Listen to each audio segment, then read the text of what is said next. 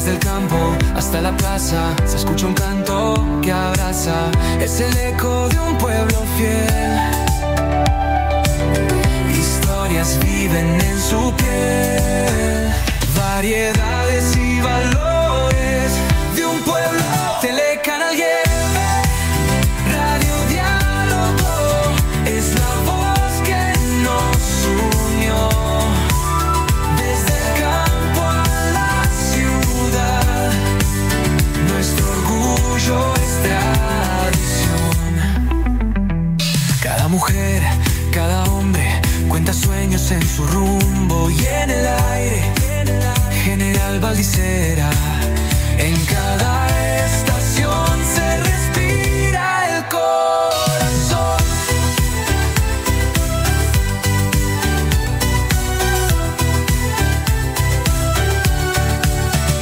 Bajo el cielo inmenso y claro late un pueblo, un canto raro de Valdicera, su verdad. Con Laura en la unidad, Telecanal y Radio Diálogo es la voz que nos unió. Desde el campo a la ciudad, nuestro orgullo es tradición. Bonacci en locución y Gabriel en la edición.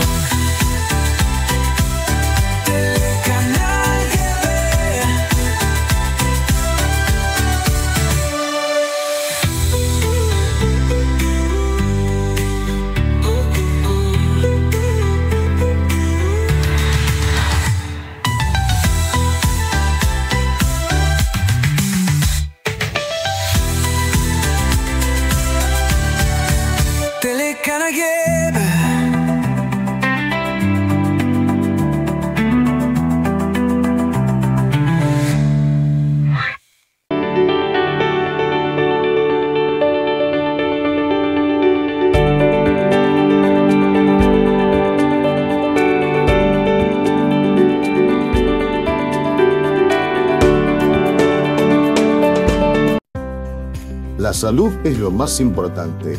En Valdicera lo sabemos. Como vos, sentimos el deseo de estar cerca, de dar una mano, de acompañar. Por eso, en el Hospital Municipal hay un equipo humano con compromiso, con vocación. Porque la salud no es un privilegio, sino un derecho. Es cercanía, es comunidad, es estar presente cuando más se necesita. Hospital Municipal. Acá te cuidamos. Tenés trámites del auto y no sabes por dónde empezar. Camila Belén Emar te lo sabe solucionar. Es tu mandataria y asesora de seguros. En General Valdicera te ayuda con tus trámites. Documentos seguros, lo que necesites ya. Camila Belén Aymar, una pro de confianza total. Mandataria nacional del automotor y productora, asesora de seguros. Camila Belén Aymar, soluciones reales, contrato personal.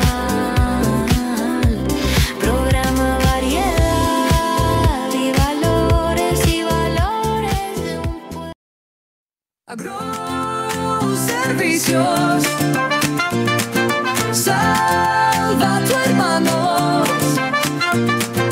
Amplia red de servicios agropecuarios. Fumigación, siembra, cosecha, arrendamiento con renovada tecnología.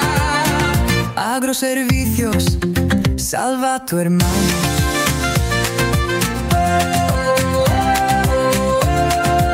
Al servicio de la gente, salva a tu hermano.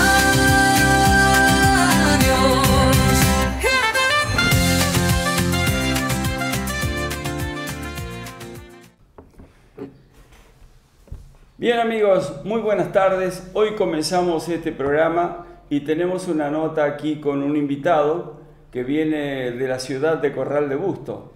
El tema que vamos a tratar hoy en esta entrevista es interesante. Ya hicimos algo por el mismo tema hace un tiempo atrás con el tema ferrocarril y ahora vamos otra vez por lo mismo porque es algo interesante. Es algo que ya es poco visto en nuestra zona, pero han quedado algunas personas todavía que han trabajado en el rubro del ferrocarril.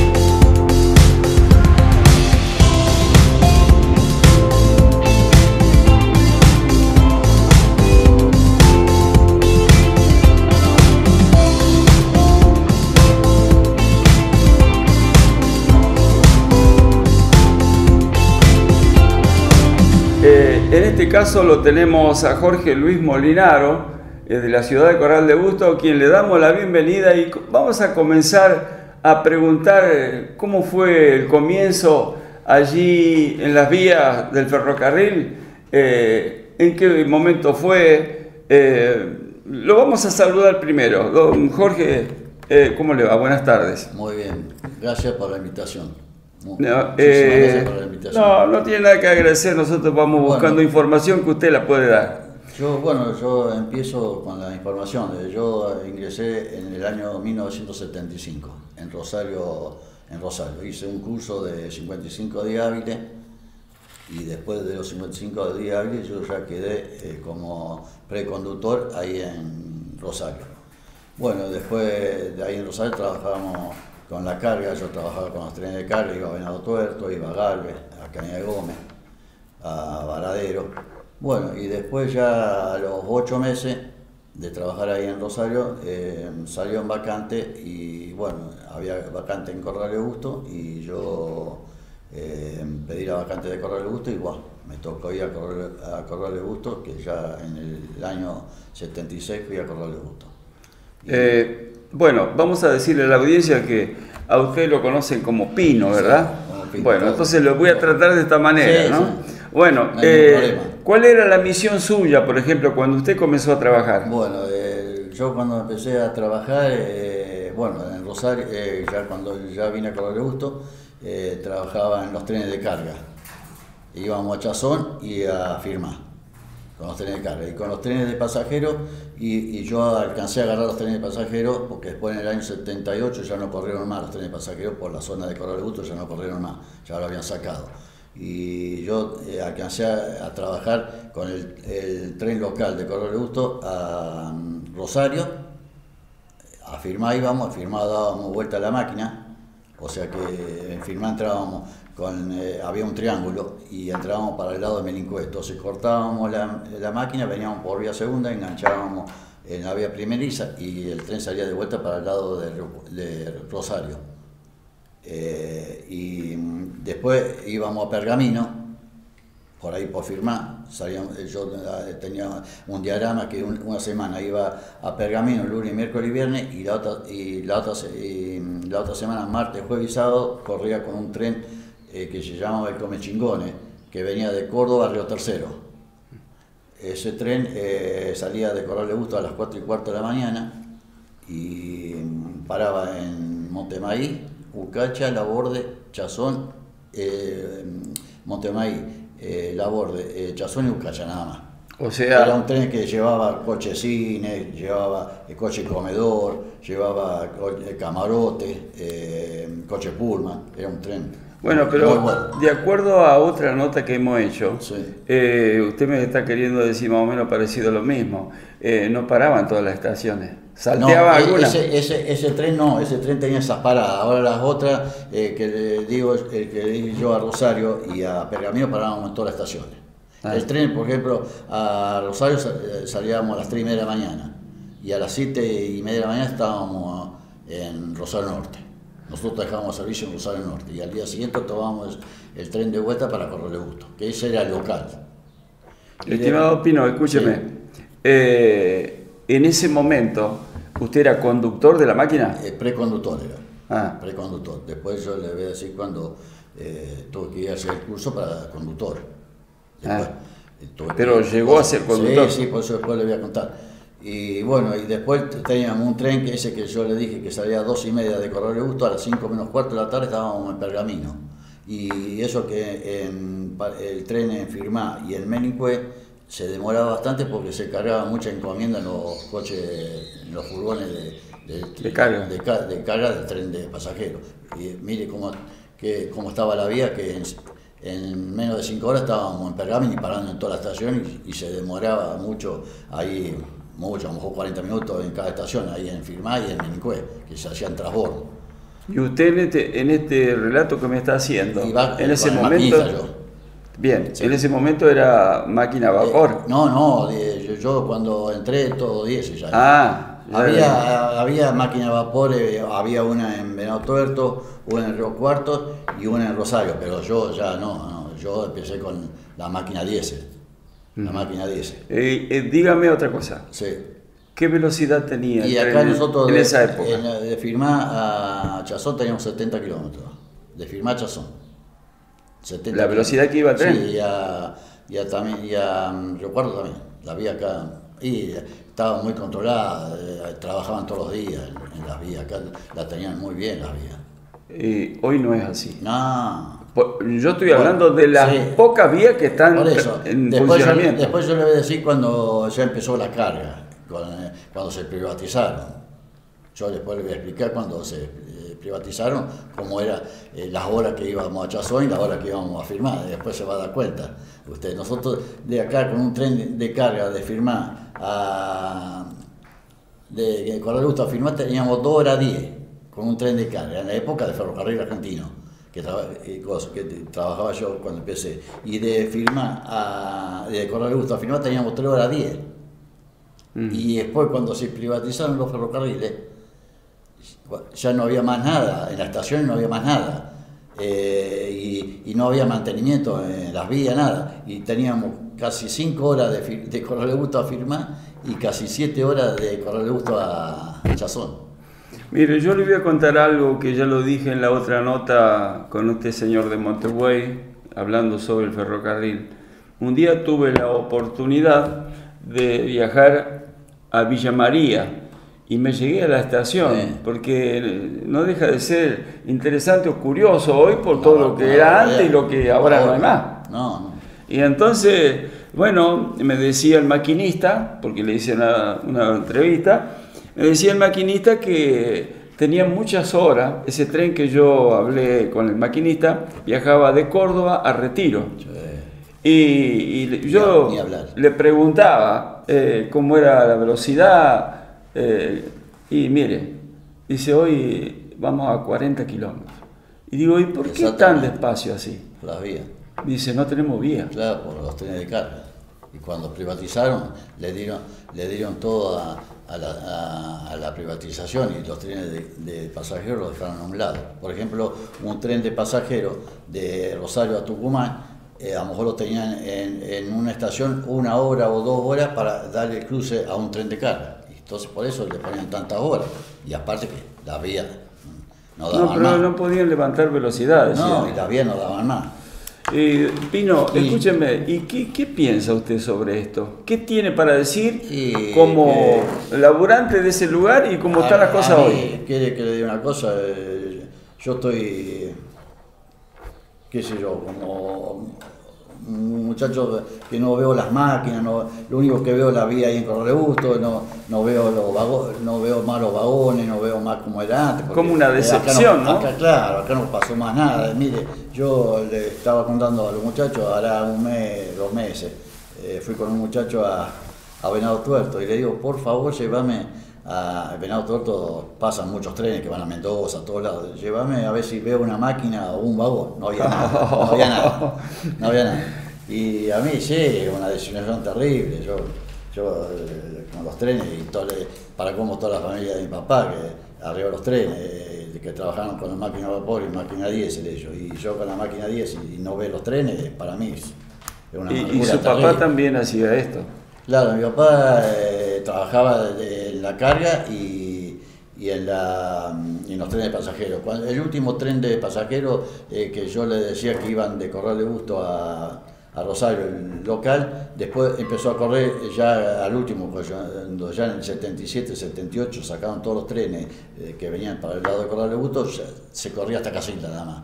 Y lo corrió mi papá un día hasta Casilda, volvió y pues ya no corrió más. Y mi papá se jubiló en el año 77 y yo entré en el 75. Yo alcancé a hacer un viaje con mi papá, de Rosario, de Corral de Busto a Pergamino.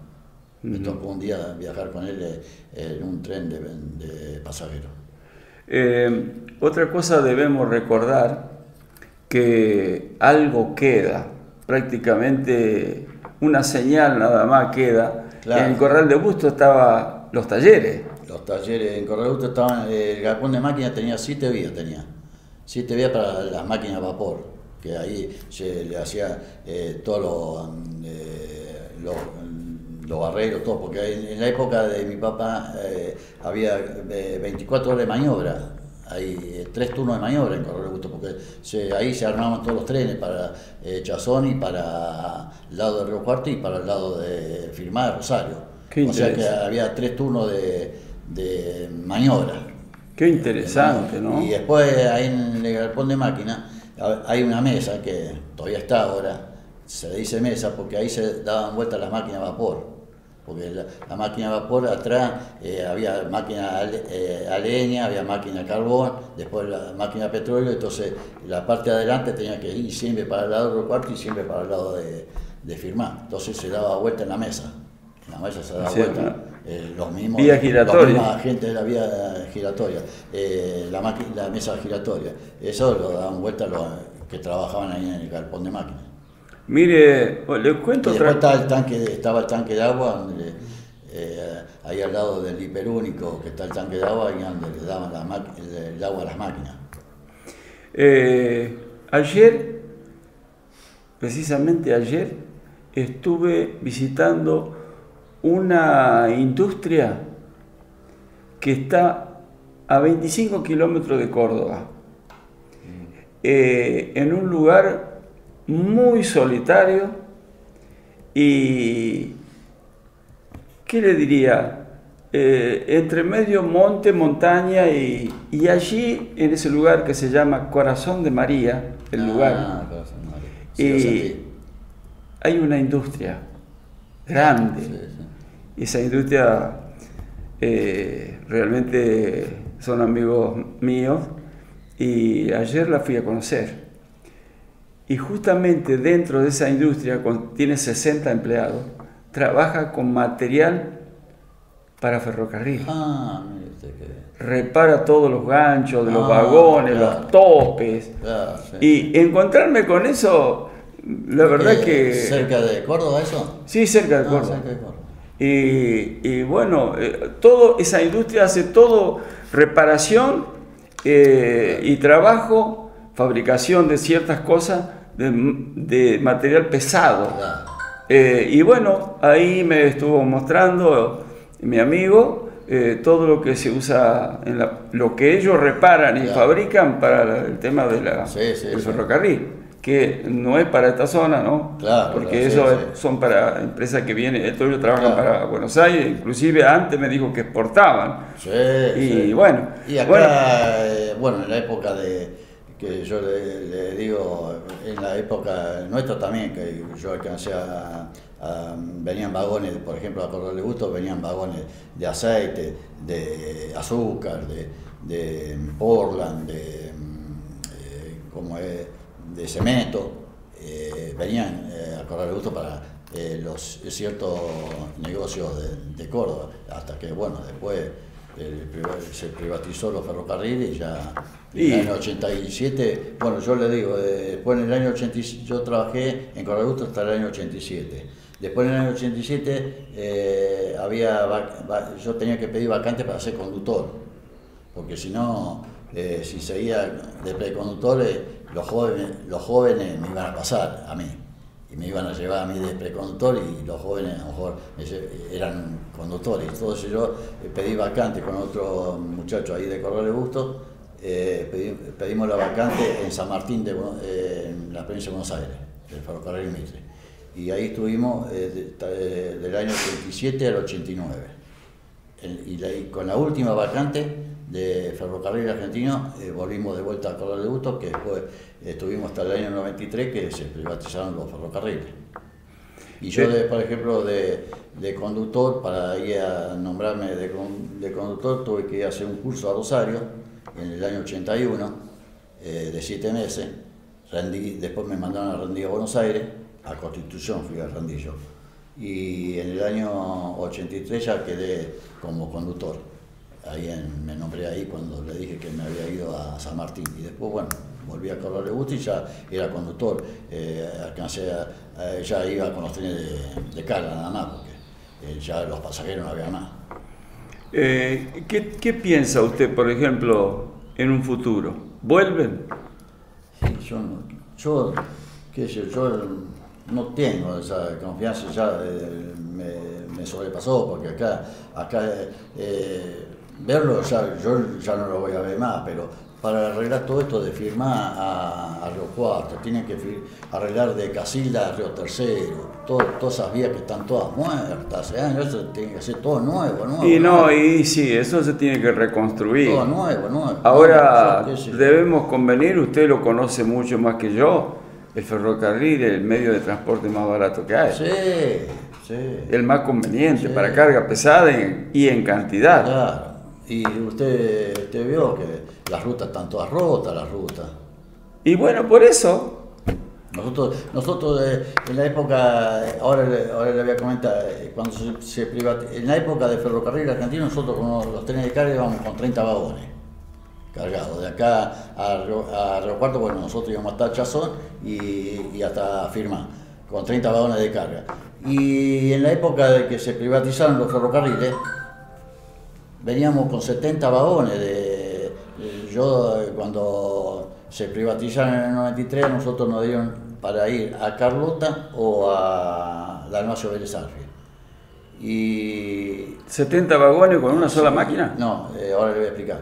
Y nos dieron, porque ahí en Corral de Gusto ya no quedaba más gente, entonces nos dieron a elegir si queríamos ir a Carlota o a Dalmacio Vélez Arfield. Bueno, nosotros dijimos Carlota porque teníamos más medios de comunicación, más ómnibus para ir a Carlota.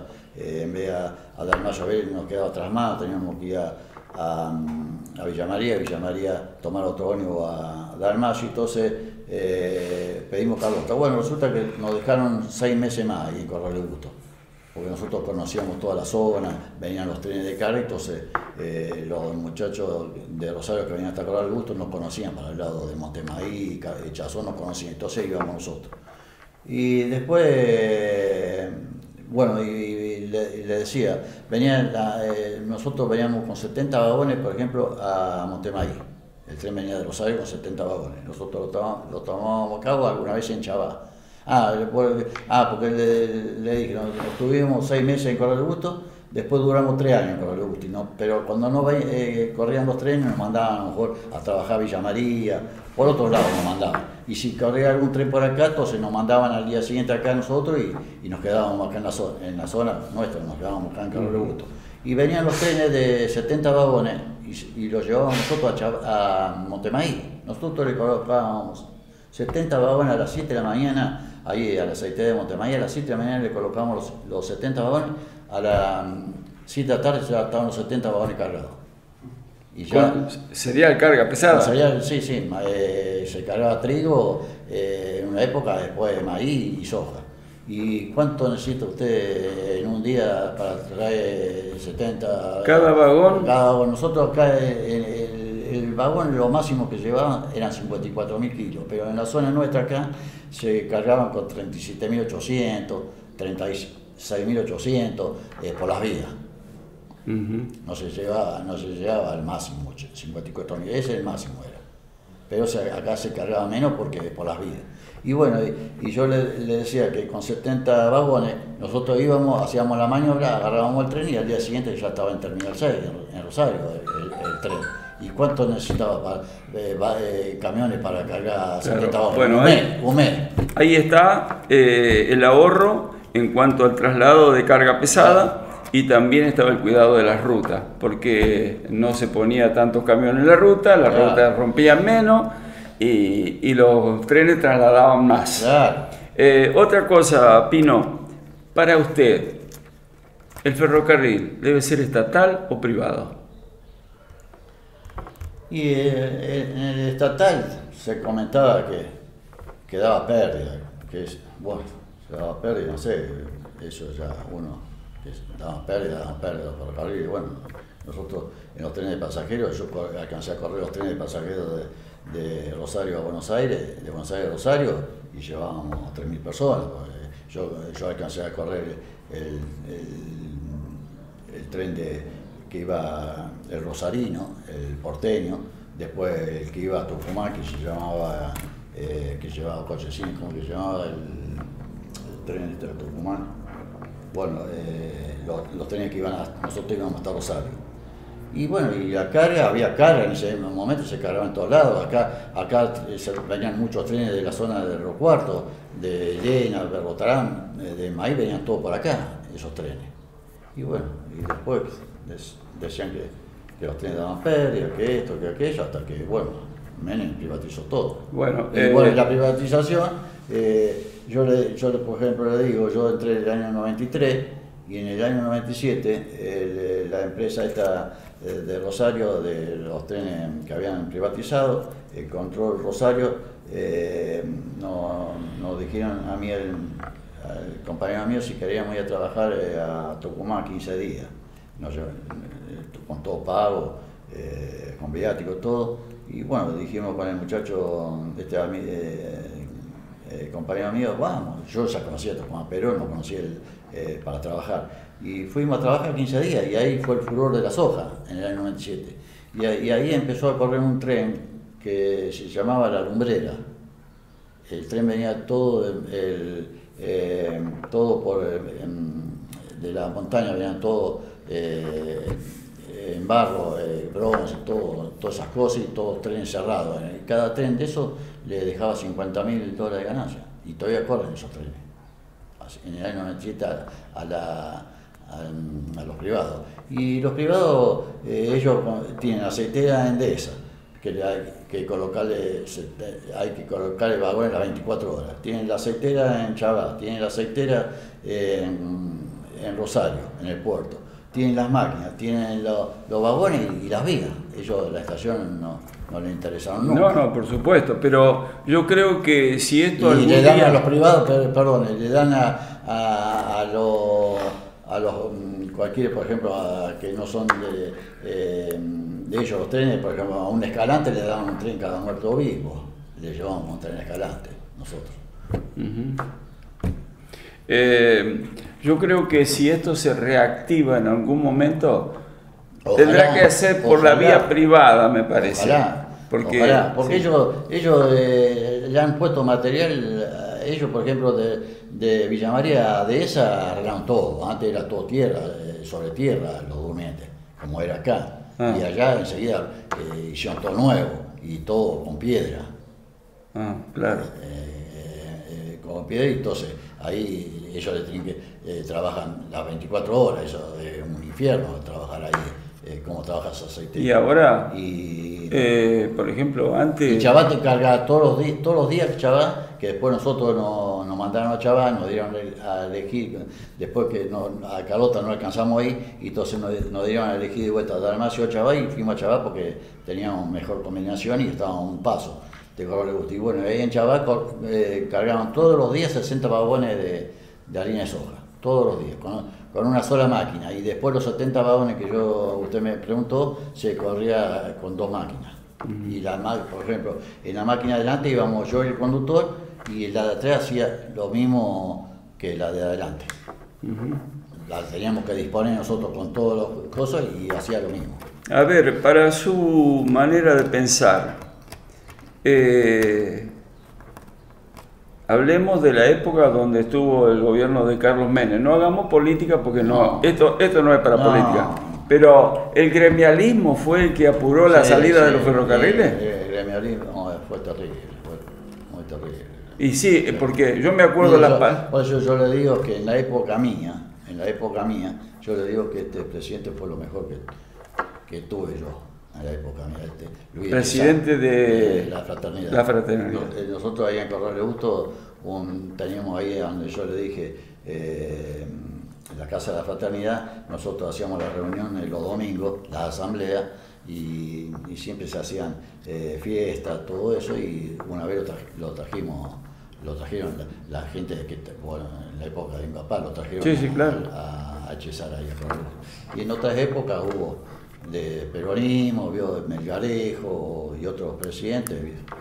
Y yo me acuerdo... Yo ya no estaba, cuando empezó el ferrocarril. Claro, me acuerdo... Y ahora está este Maturano.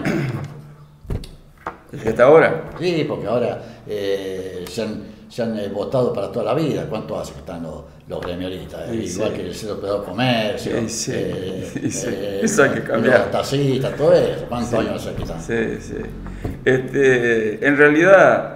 creo que ese fue uno de los motivos, porque recordemos las palabras del presidente Menem cuando prácticamente se terminó: ramal que para, ramal que cierra. Así fue. Bueno, uno no creía que iba a pasar eso y pasó. Y pasó, sí. Fue determinante ese aviso. Bueno, una última... le voy a decir otras cosas más. Dígame. Cuando se privatizó, por ejemplo, cuando se privatizó los ferrocarriles, en la estación no existían nada más.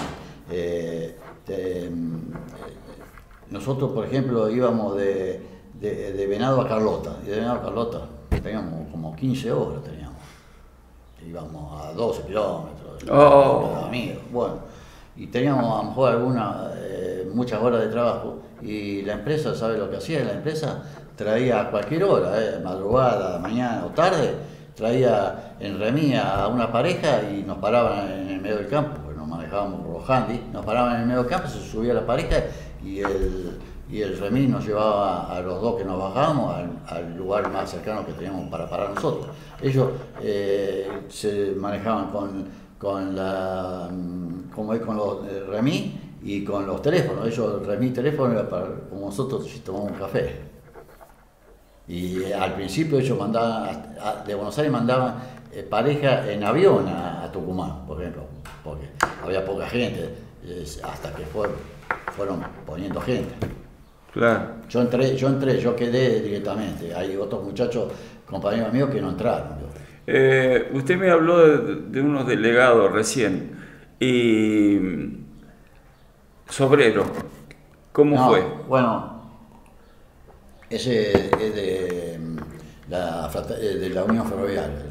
¿No tenía nada que ver con la fraternidad? No. Nosotros la fraternidad de los conductores, nada más. Y la Unión Ferroviaria tenía empleados de estación, cambistas, los señaleros y los guardas. Bueno, ahora vamos a una última pregunta, si lo deme libre. Deme su opinión, su visión, su opinión sobre la tragedia de Once. Y ahí la tragedia de Once, para mí, fallaron los conductores, los conductores del tren, porque salieron hasta Caballito se pasaron de largo porque dice que los frenos no andaban. Entonces, si los frenos no andaban, yo me quedo ahí. Y yo creo que si había algo que no andaba... Claro, yo me quedo ahí. Yo, por ejemplo, iba en Rosario, iba a listar una máquina y le faltaba aceite en el cárter, o faltaba agua o esto, yo hasta que no me alistaba en la máquina, yo no salía. ¿Y usted tenía autoridad para decir no? Sí, seguro. Ajá. Seguro.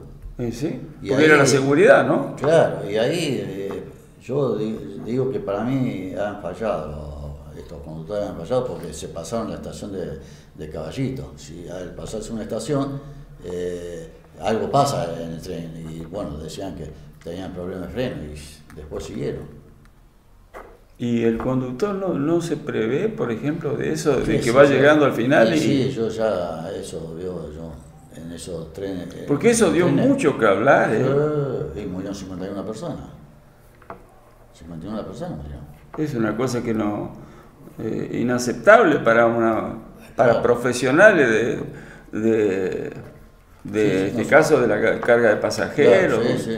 Un riesgo enorme. Yo ahí en Rosario, por ejemplo, cuando trabajé que habían privatizado todo eso, nos daban máquina lista a nosotros, pero igual nosotros teníamos que, yo la iba a revisar y bueno, si estaba todo bien, bueno, listo, yo salía de todo, pero si faltaba algo, tenían que venir y cosas. Yo un día yo venía con un tren de retiro a Rosario en el año 89,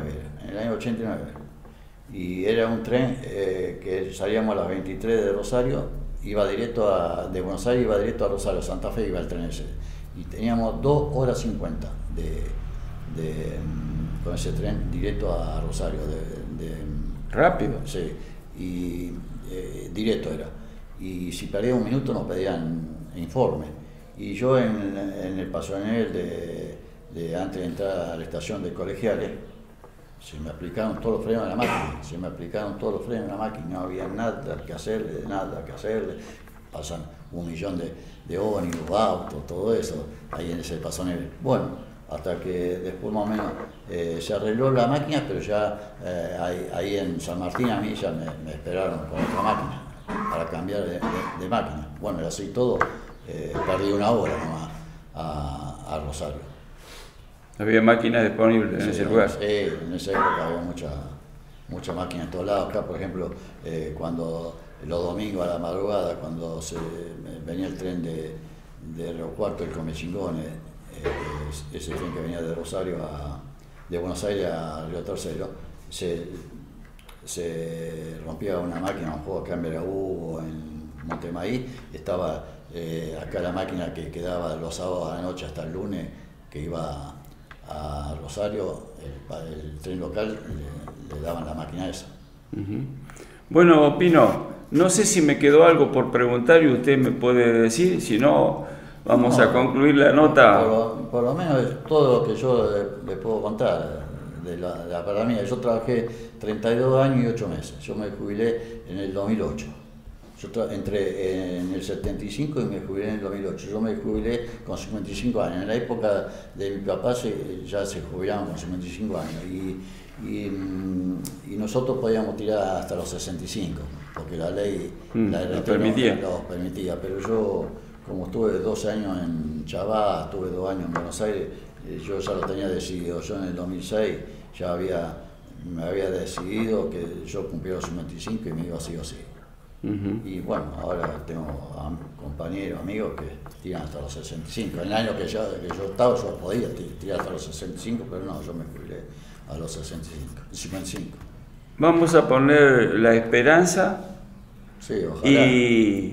Y yo estoy seguro, nosotros no lo vamos a ver por nuestra edad, pero estoy seguro que esto, ojalá, si el país mejora, vuelve.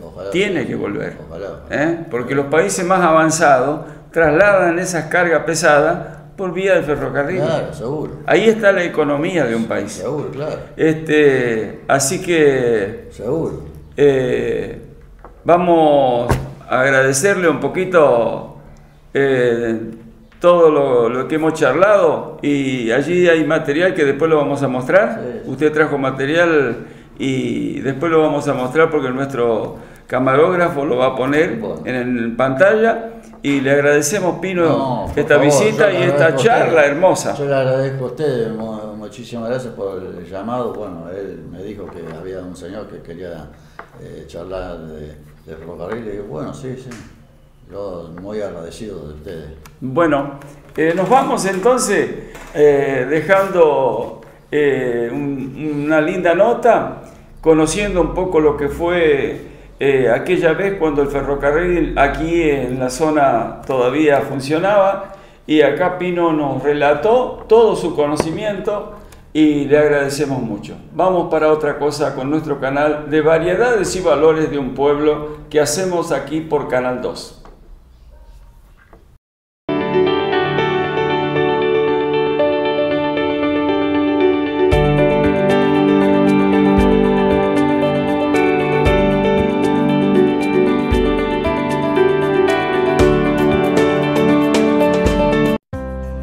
La salud es lo más importante. En Baldicera lo sabemos. Como vos, sentimos el deseo de estar cerca, de dar una mano, de acompañar. Por eso, en el Hospital Municipal hay un equipo humano con compromiso, con vocación. Porque la salud no es un privilegio, sino un derecho. Es cercanía, es comunidad, es estar presente cuando más se necesita. Hospital Municipal. Acá te cuidamos. Tenés trámites del auto y no sabes por dónde empezar. Camila Belén Emar te lo sabe solucionar. Es tu mandataria y asesora de seguros. En General Baldicera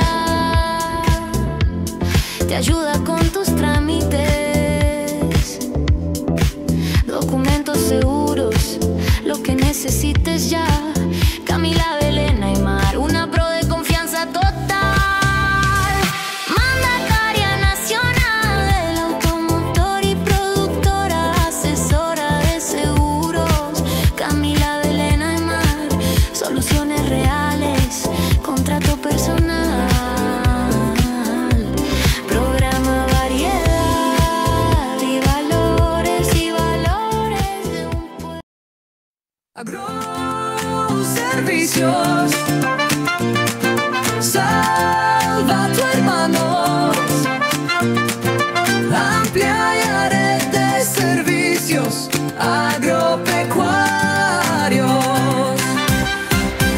Fumigación, siembra, cosecha, arrendamiento. Con renovada tecnología. Agroservicios, salva a tu hermano.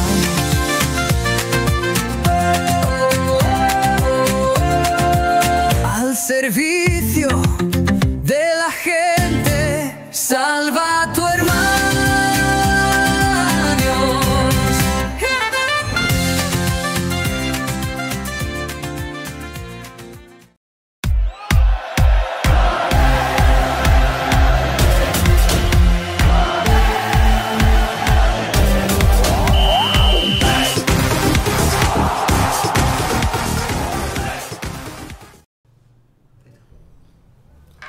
Muy buenas tardes. En el programa de Variedades y Valores de un Pueblo vamos a la parte deportiva, como lo venimos haciendo desde hace un tiempo.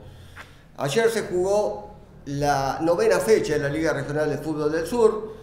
También tengo que decirle que primeramente el viernes hubo un partido adelantado por la 9ª fecha en la localidad de Camilo Aldao. El local, Defensores de Boca de Camilo Aldao, empató 1-1 contra Newell's y Everton de Cruz Alta.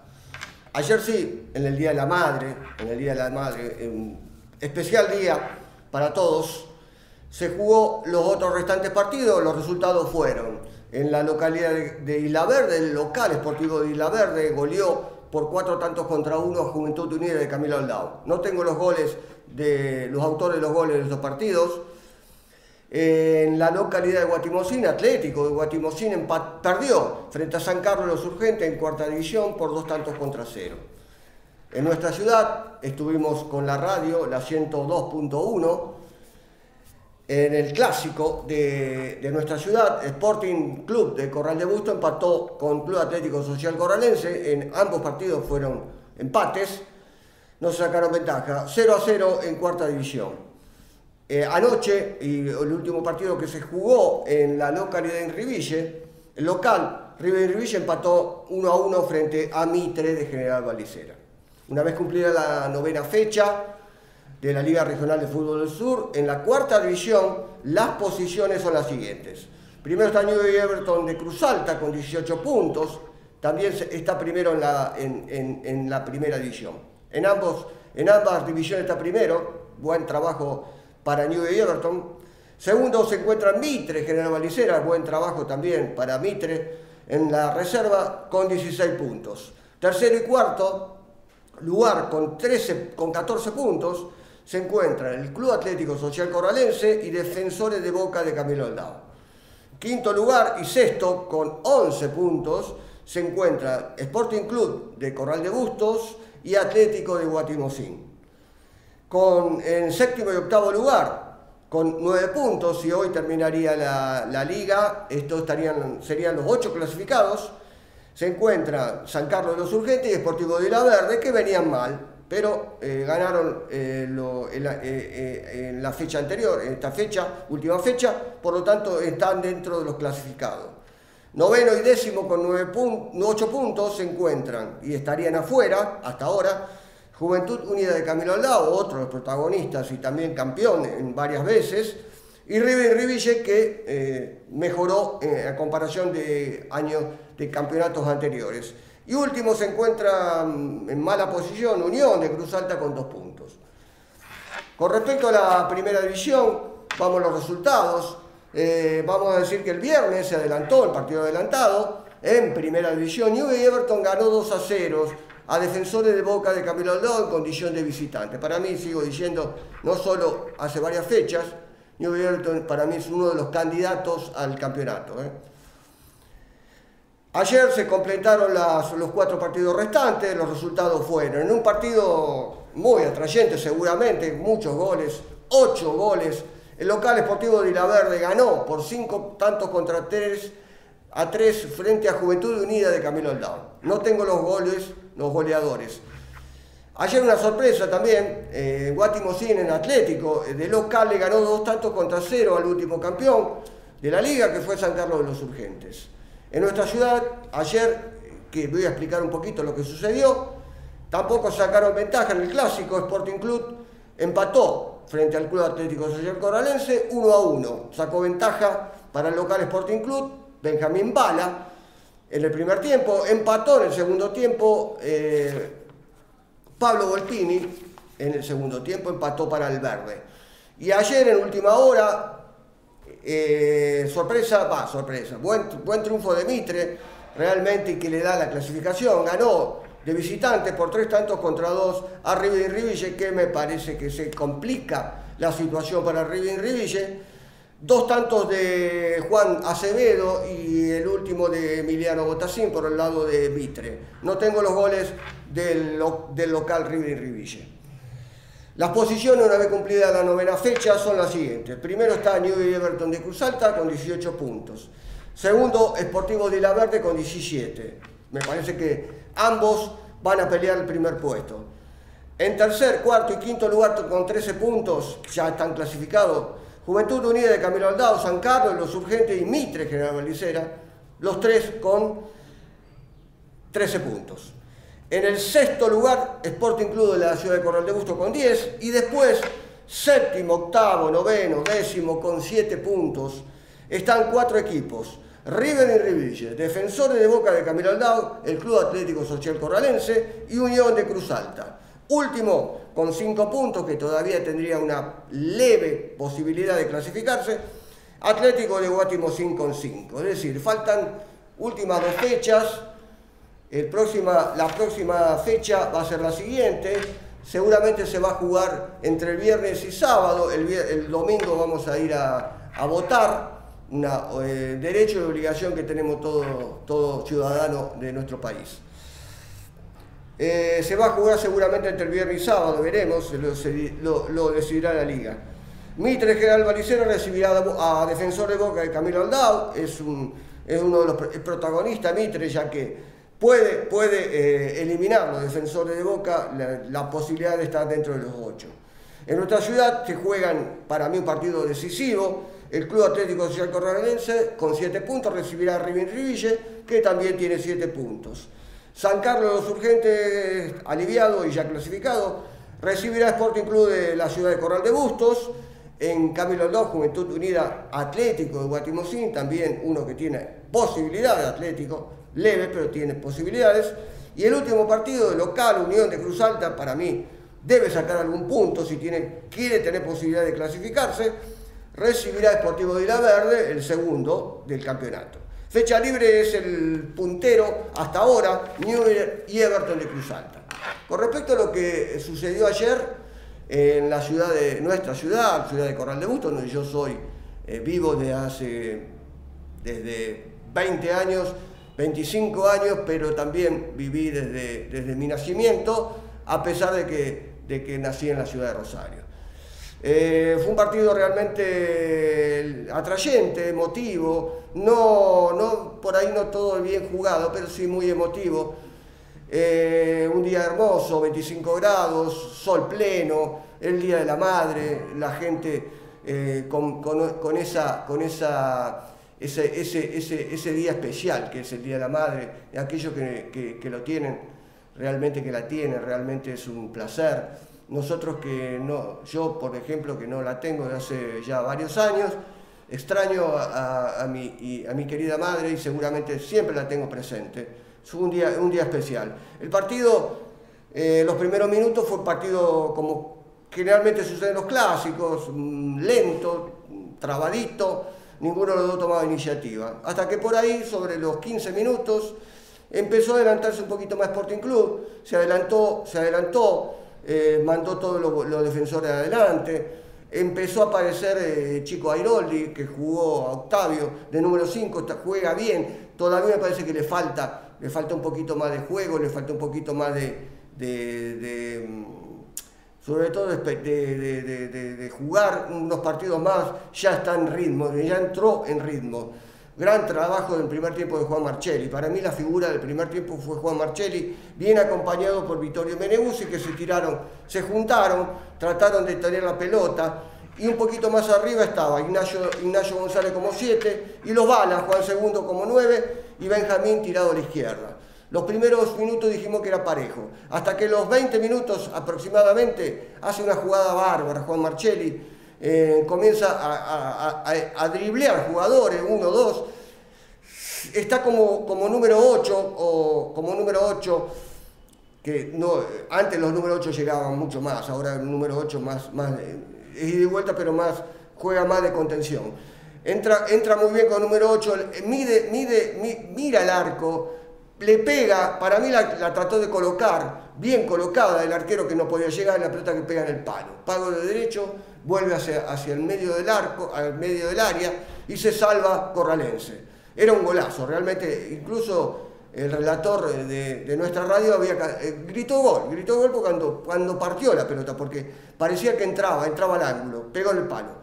2 minutos después hace otra gran jugada, otra vez Marchelli, elude a 1-2, habilita por derecha a Ignacio González, que se va como puntero derecho, como tiene que ser, centro hacia atrás, como debe ser, para la entrada de algún, sobre todo volante. En este caso apareció Benjamín Bala sobre la izquierda, la para, mide, hace la pausa como tiene que hacer y de zurda la pone contra el palo derecho, realmente. Con una muy buena precisión, no violencia, pero con precisión justo contra el palo derecho. Golazo, y bueno, estalló la gente ahí en las plateas, nosotros estamos cerca ahí arriba de las plateas, así que Muy contenta el festejo de la gente de Sporting. 1-0, me parece que ahí se quedó sorprendido Corralense, hasta ahí era bastante parejo.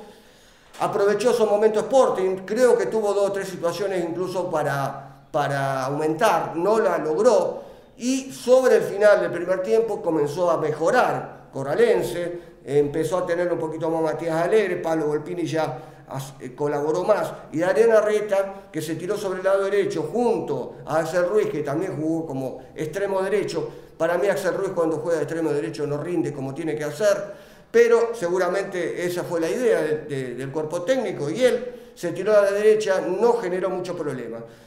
Pero sobre el final se estira hacia la izquierda el primer tiempo, hace una jugada bárbara, desborda, centro, el arquero Juan Cruz Alaya que la quiere contener y se le escapa, por detrás entra increíblemente Adrián Arreta, que tenía que empujarla, es zurdo, y le pega con la derecha, y en vez de empujarla hacia el arco, estaba ahí a 50 centímetros, un poco más, 80 centímetros del arco.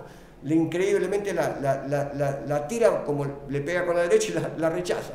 La rechazó hacia el medio del área, increíble.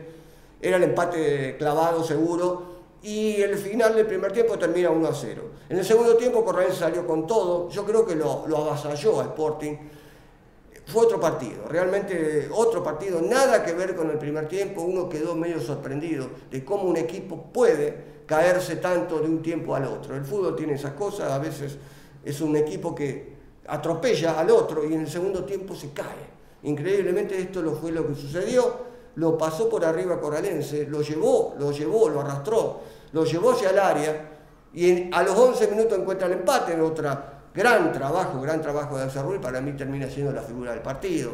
Desbordó cuantas veces quiso en esa jugada, que desborda, llega hacia el fondo, levanta la cabeza como tiene que ser, le coloca, le pone un pase a la cabeza de Pablo Volpini, que hace lo correcto, se la cambia de palo. Es decir, el arquero cuando viene el centro, ¿qué hace? Se corre hacia el medio, lógico.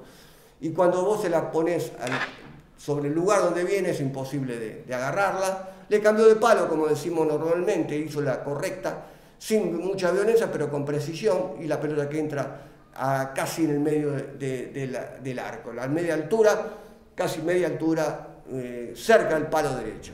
Realmente un golazo también, bien facturado, bien realizado. El partido que se hace a favor de Corralense tuvo 2 o 3 situaciones, para mí tuvo las más claras, la tuvo Corralense, 2 Axel Ruiz mano a mano, que contuvo muy bien Juan Cruz Alaya y lo salvó de la derrota seguramente de Sporting. Y tuvo otra clarita, un chico que entró, Jean Cordera, en el segundo tiempo, sobre casi los 35 minutos, una jugada bárbara que hicieron por derecha, centro atrás. Yo creo que si le pegaba al arco y iba hacia el arco, podía haber sido gol. La tiró arriba del arco, ¿no? Muy lejos del travesaño. Realmente una jugada clarita donde todos, incluso la gente de Sporting, cómo nos salvamos, ¿no? Dijeron todo, se agarraron la cabeza. Y me parece que después Sporting tuvo una clarita de Benjamín Bala, que jugó bien en el segundo tiempo sobre el final, que se va desborda, y me parece que tenía que tirar el centro. Él tiró al arco de zurda, y la pelota que pasa el arquero que no la llega, y la pelota que pasa cerca de la línea de gol, pasa todo el arco, se va hacia el otro lado, y no la pudieron empujar los delanteros de Sporting. Hubo cambios, llegaron a 5 cambios cada uno, agotaron los cambios, no hubo muchas modificaciones, el partido terminó 1-1, me parece que con Sporting termina sacando un punto, gana un punto, me parece que estaba para el lado de Corralense, tuvo las mejores situaciones en el segundo tiempo, no las aprovechó, en el primer tiempo fue al revés, Sporting jugó mejor, creo que en el fondo termina siendo un empate que le viene bien a los dos. Corralense ahora tiene posibilidad de jugar de local frente a River, me parece que le puede sacar ventaja, y Sporting con 10 puntos, me parece que con uno más ya estaría casi adentro de jugar entre los 8. Eso es lo que yo pienso. Y por el lado de Mitre, me parece que yo lo veo bien a Mitre, ya está clasificado. Ahora, próxima fecha, jugará contra Defensores de Boca. si le gana o Defensores no puede perder. Le quedan 2 fechas a estos equipos que tienen 7 puntos. Veremos, de 4 equipos, 2 van a quedar afuera. Veremos qué pasa. Yo tengo mis candidatos, pero no los voy a decir, por supuesto. Para mí hay 2 equipos que están medio más complicados. Voy a decirlo un poco, bueno, ya que estamos. Para mí Riville y Defensores y Unión, me parece que Unión. Pero la ventaja que tiene Unión es que juega de local el próximo. Y Defensores está complicado porque le faltan varios jugadores. Es decir, entre Unión y Defensores me parece que son los 2 candidatos a pelear por ese puesto, por la clasificación. Yo creo que Corralense va a clasificarse porque le va a ganar, me parece, en la próxima fecha de local, en condición de local, le va a ganar a River. Pero bueno, los partidos hay que jugarlos, como decimos, y se gana, se pierden en la cancha. Veremos qué sucede. La próxima fecha seguramente se va a adelantar entre el viernes y sábado porque el domingo debemos votar. Bueno, gente de este programa, espero que haya sido del agrado. Yo la paso realmente muy bien, desde ya que les agradezco esta presencia a los quienes realizan este programa y desde ya trato de poner lo mejor que tengo. Muy buenas tardes para todos.